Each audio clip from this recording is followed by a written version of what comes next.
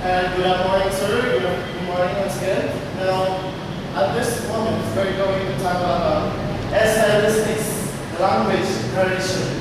Now, when we say it's stylistics again in the study of literary criticism, or it is how the style of text is being formed.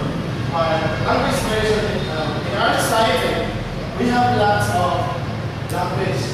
So there is language variation. Now, first we have to determine first or define first as dialect. Now, at this time, dialect is a variety of language that is characteristics of particular group. So there is in a certain group there is a so-called language. So in our state, we have different language used. Now, so in a certain group there is what we call dialect. So they are going to speak with their own dialect. Or for example, in Bohol, we have their own dialect. So in Negros, we have their own dialect. So there is a variation of language, and that is with dialect. Now, dialect again is associated with a certain social class in society. For example, socioeconomic class or age group. So associated with a certain social class. So when it's social, there is a socialization. There is a certain socialization to a certain group. So, socioeconomic class. Now, in a socioeconomic class, they are going to give more emphasis about dialect, so they can speak whatever language they're going to use, or dialect in a certain group, or in an age group. So, mostly in an age group, in adult people, they're going to use their own dialect, especially where they are. So they're going to use their own dialect. Now, so next is dialect. Now, according to linguist Michael Gregory, dialect is determined by social purpose. Okay, there's a social, what they call social stability or social purpose. So next is dialect, meaning how a certain group will focus on certain language or certain variation of language. Now, language variation divided into like this according to Michael Gregory, one of the linguists. Now, language variation divided into the dialect for variation according to user. So dialect variation according to user, how they use the dialect and the way of speaking or the way of speech. So, and also, a dialect for variation according to use. Now, this kind of language, according to how the certain speaker or how a certain user of the language used to speak in a certain group. So there is what we call a variation according to use. Next is there are three variables of the dialect. First is geographical, which means where the speech is based geographically, where the speech is based. So there's what we call geographical. Next is social, what social groups of the speech community they belong to. So if there is a speech, when the speaker speaks, so where that certain speech belong to, what certain group of people belong to. For example, a campaign or the foundation campaign. So their speech or the language used, they're going to make a language that fit to their campaign or to fit to their speech. So next is temporal. Okay, what time the speech exists. So temporal meaning what kind of people or what kind of socialization that the speech or the language belong, or the speech of a certain language variation exists. Now, so there is what we call temporal. Next is the dialect. Dialect is usually analyzed in terms of field, tenor, and mode. So when we say analyze, they're going to breaking down to ideas to form a generalization or a synthesis. Now, first is a field. Now, of course, field, it is a subject matter or a setting where the speech belongs, or the speech is located, or the language variation is being used in a certain group. And tenor is the participants and their relationship. What is the relationship with the participants or the audience and speaker? So that is what we call tenor. If they are one of the family member, or they are friends, or as a whatever. And mode is the channel of communication. What is the mode? What is the channel of communication? Meaning, what is the speaker? What is the mode of the speaker? What is the ambience of a certain group or a certain place? Now, mode is, there is what we call spoken and written. So the mode, when we say spoken, it is how the speaker used to deliver speech. And in written, how the author or the writer makes style of his written text, or make use the written language in his written text. So that is what we call also a evaluation or assessment. When you say evaluation or assessment, there is a difference between the two, assessment and evaluation. Assessment, it is the judgment of a certain judge, or the judgment of certain people. And the evaluation is the act of judgment. It is the author or the speaker is passed, that is assessment. So that's what we call evaluation. Assessment, there is evaluation. The result, evaluation is the result of assessment. And the assessment, it is the judgment of certain individual. Now, there is what we call social distance, the family readiness.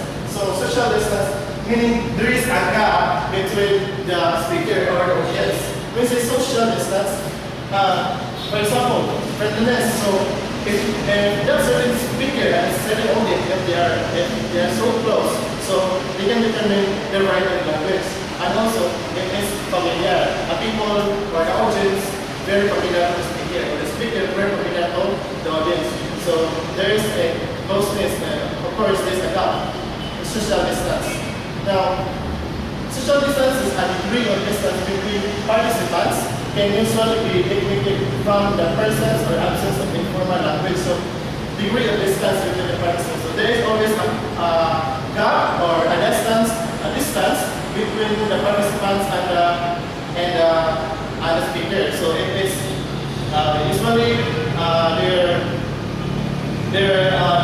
their presence or the absence of informal language, we can usually detect it, we can easily detect that whether it is an informal language or a formal language. Now, the use of colloquial vocabulary. Colloquial means there is decade, meaning there is when you say colloquial, it is informal. So there's, for example, I develop that is formal, and informal is so that is formal sentence. I developed Now, okay, next. So there is something also extending. It tells you how much of a claim the author lays to expertise and authority. So the standing of a certain author. So that certain author, we can judge, or we can acclaim that certain standing is it plays to the expertise or the authority. So that is what we call standing. Now evaluate the standing of text. So when there is a text, of course there is an evaluator. So it can evaluate whether it is good text or it is negative text. So we can know, or we can evaluate whether what language variation they are going to use. Next is interested to answer the question. So now when there is an evaluation of the standing of a text, so the speaker or the writer, he is very interested in answering the questions. So whatever the questions of the evaluator, they can also stand. There is always a stance between the text and between the author or the evaluator. So the evaluator, we can analyze questions, we can build questions to the writer, the author. And the author, he is very interested because he is always stands with through their text, or there is what we call eagerness in answering questions. So next is the stance. No, the stance, it is refers to the space that the author simply allows you to argue with experience of context, whether he agreed or disagreed with certain text. Or there is what we call argue, it simply allows to the experience of the text. So if the speaker or the writer or the evaluator agreed or disagreed to his stance, so this is what we call stance. Now we can defend with this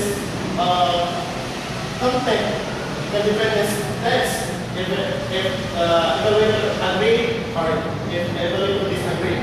The author or the speaker, he can defend his stance.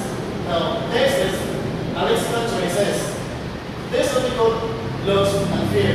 Okay, now in the speech, so when he lost something, there's a fear something, he feared something, this loss and fear, it can carry negative. It can carry negative for most people. So the certain speaker, there is a fear, there is something lost in the mind. So the perception of the certain audience or the perception of the certain people, it is very negative because of these two things. So it is better, if you are a speaker, it's better to be confident enough. I mean, confident enough in delivering your speech or delivering a certain talk. So in order to catch the attention of a certain individual or a certain audience. Okay, that's it. Is done? Yes, sir. Now, based on your report, I want you to encapsulate your report by giving us the abstract. Okay, now, statistics or language variation, it's all about how the people or how the speaker use their language in terms of speaking. In our society, there is what we call language variation. We have lots of language used in our society. So that second variation is what we call a dialect. When a certain group or individual used to use it in a certain group. So this is what we call dialect. Talking about a dialect, social subordination is also being applied in defining dialect. If a language is supported by an institution, usually a cognate to country's history, a certain language variety is then designated as, let's say, as the standard language, and consequently minimizes the significance of other variety of languages. Expound on this. What I mean, this is a very long statement, but I want you to expound on this. What does it mean if we try to apply our educational setting in the Philippines as far as speaking the dialect is concerned? Now, when there is a concern about speaking dialect, so when we say dialect, it is a variation. It is language that is characteristics of all participants. So a variety of language that is characteristic of certain participants or a particular group. So when they speak a certain language in a certain group, of course that is what we call considered a dialect. So whatever language they use, so that is considered a dialect. Because it characteristics of a particular group or a particular settings. That's all? Yes, sir. We have the three important variables of the dialect: the geographical, social, and temporal. Can you cite concrete examples of each variable as far as the dialect is concerned? So when the dialect is concerned about geographical, so geographical is wide. It is in our society we have a lot of activities that speech, the language variation is being used. In terms of speech, like already the audience is already a speaker, and a certain ambience or a certain place where the group, the speech community is based. So that is geographical and social. That is what we call social groups of the speech community belong to. What kind of community that the speech belong to? When the speaker speaks a certain message, or when the speaker talk, they are giving emphasis to the place or to the community where the speech belongs to. And also temporal. So temporal is the time that the speech exists when there is a delivery of speech. They acknowledge the time, what particular time the speech is being exists. In addition to that, how do you distinguish diatype from dialect? Expound more. I want you to know from you the difference between the two and give me examples between the diatype and the dialect. So the diatype, it is usually analyzed in terms of field, tenor, and mode. And so municipal, it is the subject of certain speech. What is the subject of certain speech? And tenor, it is also what is the relationship between the speaker and the audience, and also the mode. So there is a channel communication. What is the mode of a certain speaker to deliver his speech to the crowd? According to your report, the diatype contains the following: intra-speaker variation, discourse community, then the last one is field, tenor, and mode. While the dialect contains also the inter-speaker variation, speech community, geographic, social, and temporal. I want you to discuss more about the intra-speaker variation in the diatype part. The other one, inter-speaker variation in the dialect part. Okay. How do you apply between the two in terms of speaking variation as to diatype, and the other one, speaker variation as to dialect? Okay. Under intra-speaker and inter-speaker. Okay. Intra-speaker, when I say intra-speaker, as a certain individual who is talking in a crowd, talking in a society, and that is intra-speaker. They have their speech or they have their talk in the crowd. And inter-speaker, they're interpreting, they have their own way of speaking in a proper way or in a crowd. In the diatype, you have the discourse community, while in the dialect, you have the speech community. What does it mean? So discourse community meaning, for example, in a campaign, in the coming of the election, so that is what we call discourse. You have to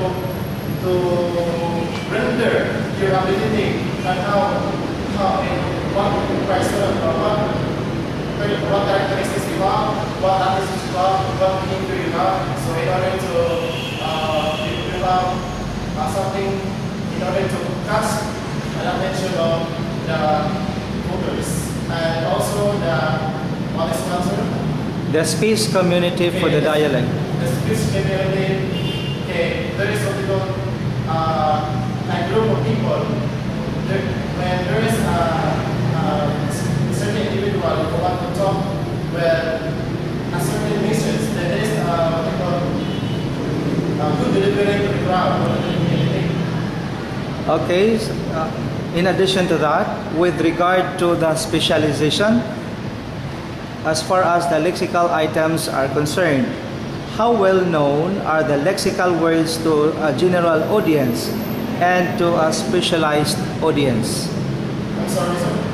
In specialization, because we're talking about the lexical items, as you mentioned or said a while ago about the lexical items.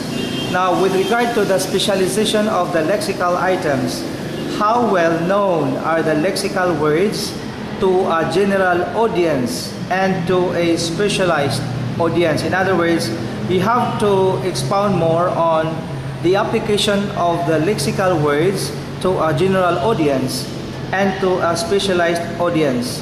How do you interact with that? So both the classical and the classical audience and the general audience, they can determine the lexical words of a certain speaker. When about lexical words of a certain speaker through his facial expressions, through his actions, they can determine their lexical words. Because as I said, those lexical words can carry negative meanings for the most people in terms of speaking or in terms of speech. So they can always detect the lexical words in general. That's all? That's it. Now, let's go back to the evaluation and assessment. You wrote that on the board. The social distance, you have the familiarity, friendliness, etc. Then to be followed by the standing and the stance. And the last one is the lexical choice. Let's go back to evaluation. How do you assess the social distance as to the familiarity and friendliness as far as the language variation is concerned? Okay, well, assessment, when we say assessment, it is the judgment of certain people. So we can determine in a social distance or during the speech, when there is a familiarity and friendliness, we can easily assess because when there is a familiarity or friendliness, the speaker can easily interact or process better to a certain speech because they are, I think they are very close to each other, or it is, they are more confident in dealing with speech and delivering the speech because of friendliness and familiarity. So we can easily assess that by measuring their attitudes during the attitudes and behavior during the delivery speech, and also we can easily assess them if there is what we call in their speech a facial expression and actions. In general, how do you vary language in terms of stylistics, in your opinion? Okay. In general, I can vary language in terms of statistics also. Language, again, it is, we can use language and statistics and what language we're going to use in terms of writing text, delivering speech, because statistics, again, it is a style, how the speaker uses the language variation in delivering speech or in writing a text. So we can easily vary the language used in terms of text and speaking. Well, Ton, let's go back to the lexical items. It is stated also in your report that we have the semantic domains. Kindly explain the two questions about the semantic domains. Number one, which discipline do the lexical words refer to? And number two, are certain words more common in one discipline than in another? You start with number one, which discipline do the lexical words refer to as far as, of course, the semantic domains for the lexical items are concerned? What is your idea about that? Lexical domain is concerned. In terms of semantics, semantics, we can use lexical domain in a way of speaking. Now, the two questions, you can prove the two questions by the corpus research. Otherwise, use your own intuition and specialized dictionaries. So you have the examples there. By answering these two questions, you have the following: the corpus research, otherwise use your own intuition. Then we have also the specialized dictionaries. How do you answer this? By using the corpus research, your intuition, and specialized dictionaries for the discipline about the lexical words that refer to, and the certain words that are more common in one discipline than in another. Do you have the notions about that as far as stylistics for language variation is also concerned in your report? Okay, stylistics language variation. We can generalize the lexical items in terms of, let's say, a vocabulary or a syntax. When there is a vocabulary that we try to understand, we can refer it to a semi-economic encyclopedia in terms of any reference that we can understand what is the vocabulary and how that certain vocabulary we're going to use in a certain sentence or in a text. Now, in the mode of communication, we have the channel of communication, spoken and written communication, right? We have the spoken communication and written communication. Yes. Now, let's talk about the mode specifically. How are you able to interact using any of the channels of communication? Are you comfortable using the spoken communication or the written communication? And I want you also to justify if you choose the spoken rather than the written. Okay, I prefer to choose spoken communication because with spoken communication we can easily detect whatever the details, whatever the wrong channel that we're going to use. What one that comes first? Of course, the written. The written communication. Yes, sir, it comes first. What about the macro skills of language communication? There are macro skills also of the language communication. How do they affect with regard to the channels of communication and the macro skills of communication? And actually we have 5 macro skills. L, S, R, W. So L stands for listening, and S stands for speaking,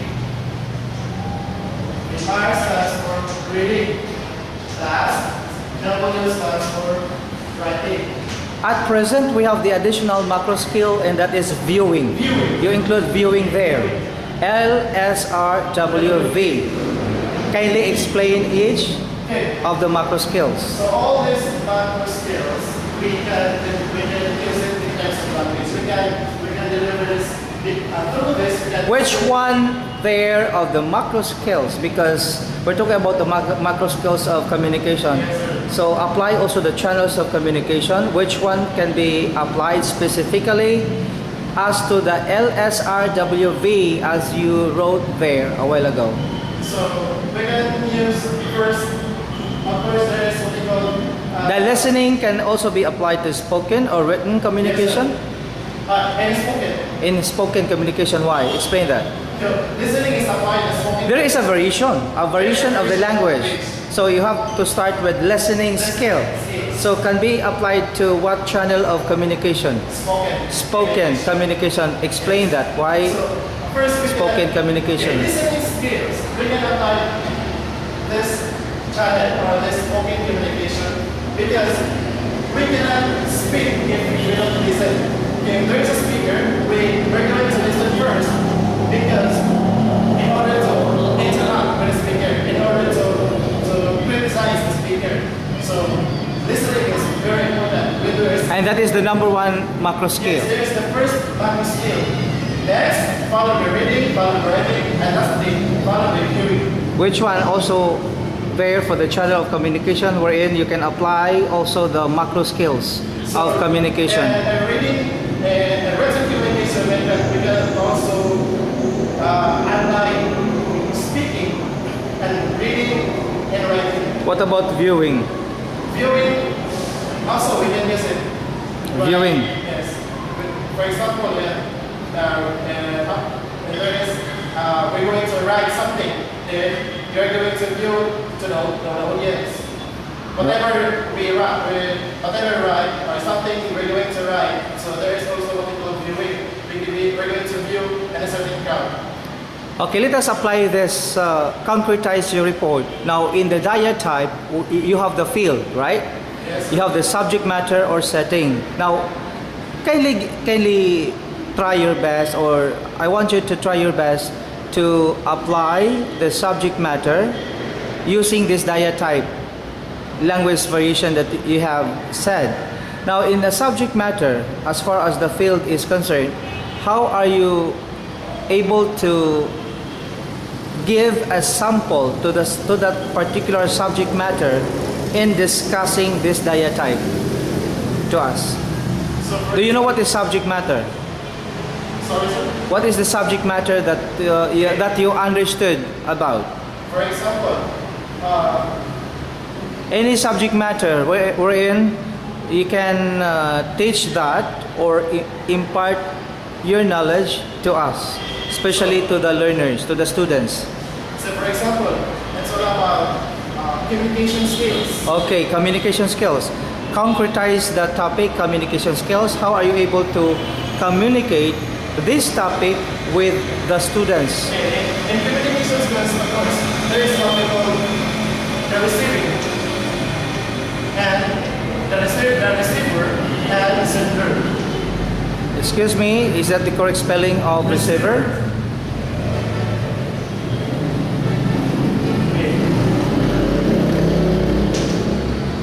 Receiver, CEI. Is it CEI? And the sender. Okay, now, in communication, okay, as I said earlier, that there is always the receiver and the sender. So that is the dialect that here is being applied. And when you say there is again when someone is talking, word voice, we're going, the sender is going to listen what the speaker says. What about? Okay, start with the subject matter first. How do you apply the subject matter in dealing with your topic or subject matter to them? For example, as you said a while ago, it's about communication, right? Well, what was that communication? What was that communication as your topic that you have chosen? You said communication. The last one is communication. Communication skills. Okay, about the communication skills. That will be your subject matter. Yes. How are you able to send at the same time others will receive that subject matter to the class? Okay. This communication skills is always is very important to everyone in our society. Now, in a class situation, we can adopt. We can easily possess whatever things we're going to possess with our children or students. So communication skills is very important because we cannot interact, we cannot criticize whatever things happen. So if there is no communication, so we are going to level up our communication skills in order to have more knowledge or more learnings. Okay, I got your idea now. Now the subject matter, you have the subject matter and then the participants are your students. How do you apply the tenor in your class wherein the relationships and the participants are still there in your class? How are you able to apply the participants and the relationships while you have also the subject matter there, subject matter being discussed? And inside the class, so of course, the teacher, there is always a gap with their students. So there is what we call teacher and student relationship. So when you're handling a class, of course, the teacher will be cautious all the time, whatever he says, whatever he talk inside the classroom, or whatever things that they're going to possess in his classroom or in his students. Okay, I think you answered already the channel of communication. So to end up with your report, kindly give the final say or the final words to us, to the audience out there, and to me as your instructor here. Go. Okay. Now, in stylistics, there is what we call variation of language. Now, in speaking, we're going to be cautious all the time. Whatever things we're going to interact, we're going to possess in certain people. So we're going to use language variation in a certain people. Again, language or dialect, it is characterized by a certain particular group or particular settings. So we are going to use a language that fits in a certain nation, that fits in a certain group, that fits in a certain setting. So, for example, there is what we call symposium. So symposium is all about the topic is all about the communication skills. So that's certain setting. Of course, the speaker will vary his attention to the audience in terms of speaking about that really fits to the audience. So all I can say is that when you speak, when you have a speech, when you deliver a speech, be cautious all the time because the people or the audience will predict you according to your facial expressions, actions, the grammar, the syntax that you're going to use when delivering a speech. So that's it. That's all? Yes, sir. Class dismissed. Thank you, sir.